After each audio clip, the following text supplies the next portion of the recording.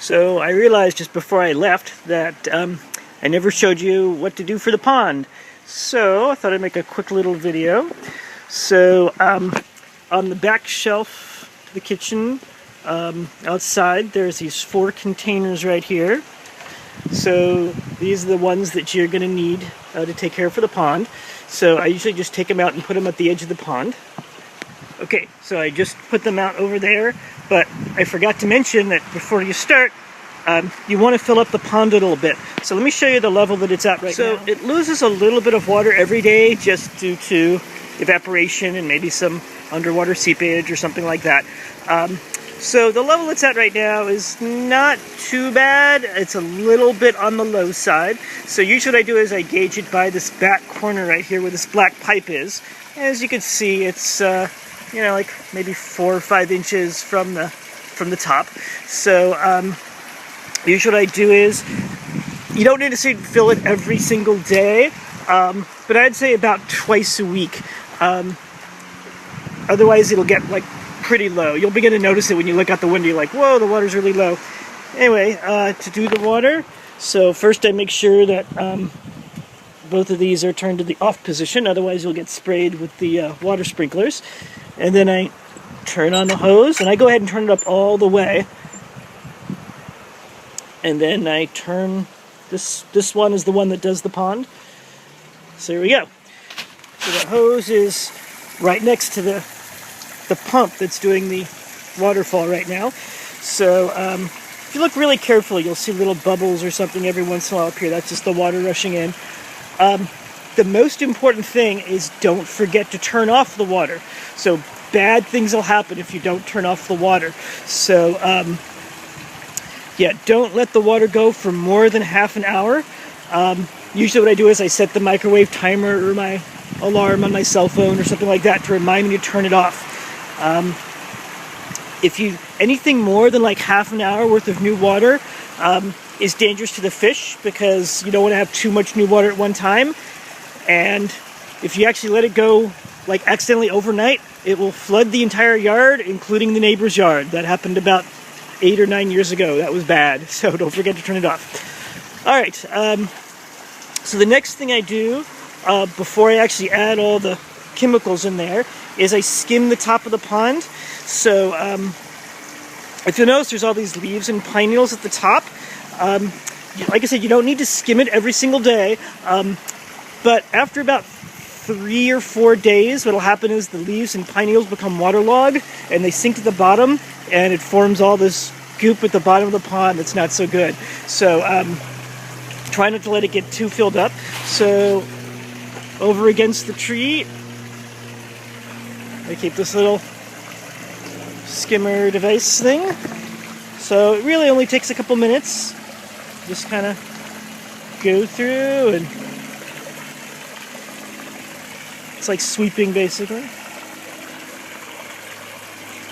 And then I just take it and then kind of give it a little shake outside there and just keep doing that.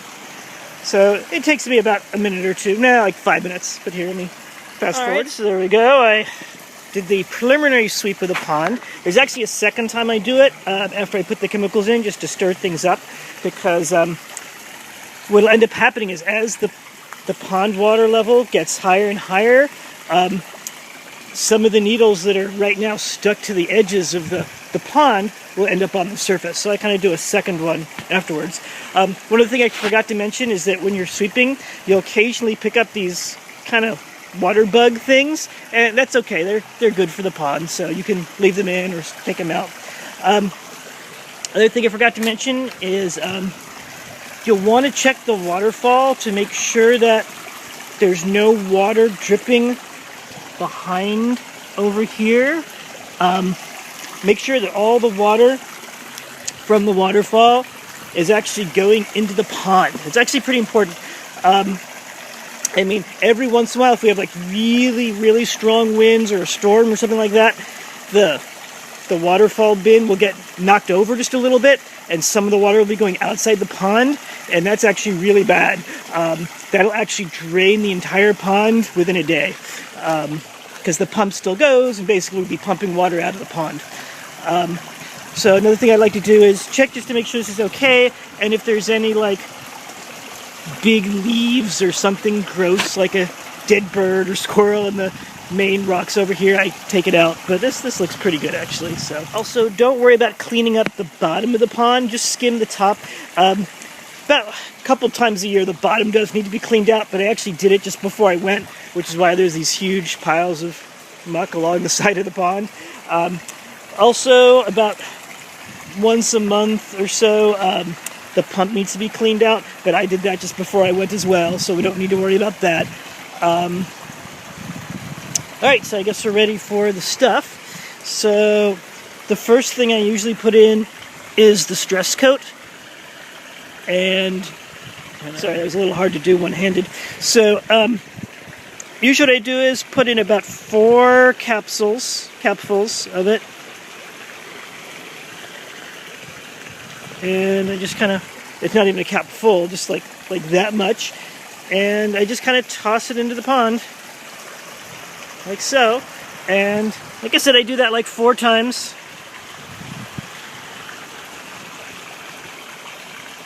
And I'll make sure that you have all full amounts so you don't have to worry about running out or anything like that. I forgot to mention, I don't throw all 4 like in the exact same spot. So I try to put them in different regions of the pond. I don't know if it really matters, but it makes me feel better about it.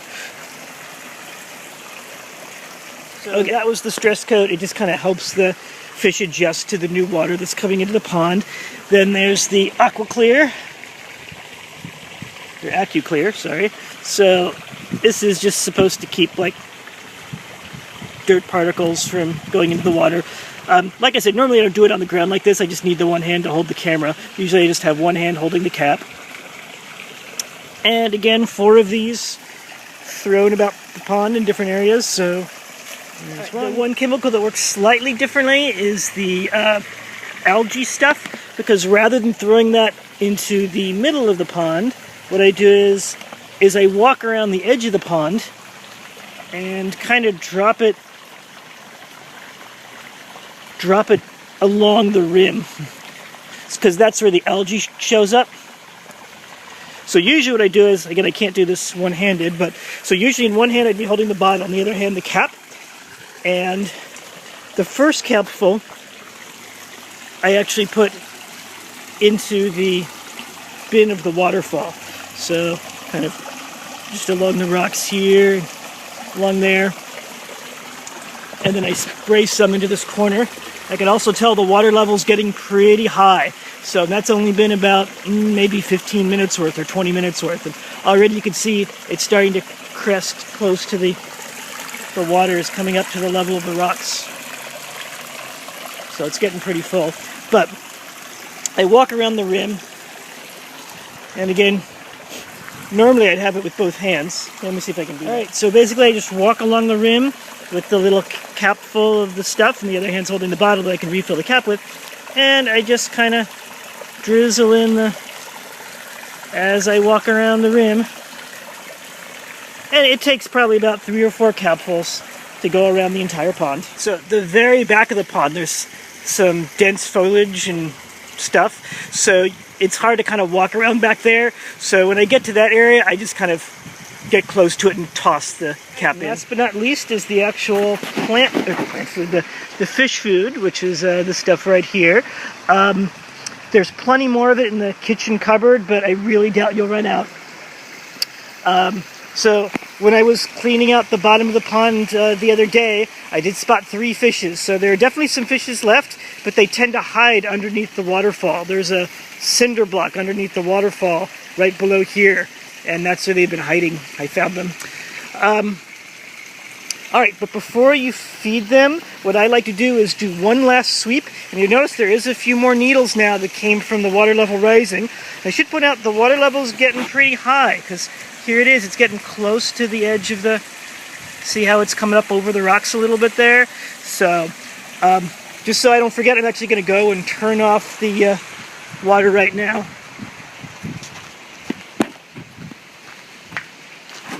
So I come over here and turn it off. I'm also going to go ahead and turn off the actual water. Twist it all the way.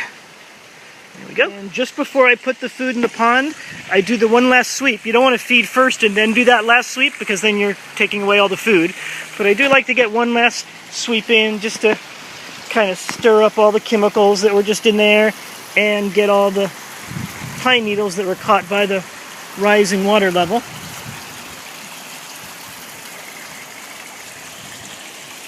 Just kind of shake it out. Do it again.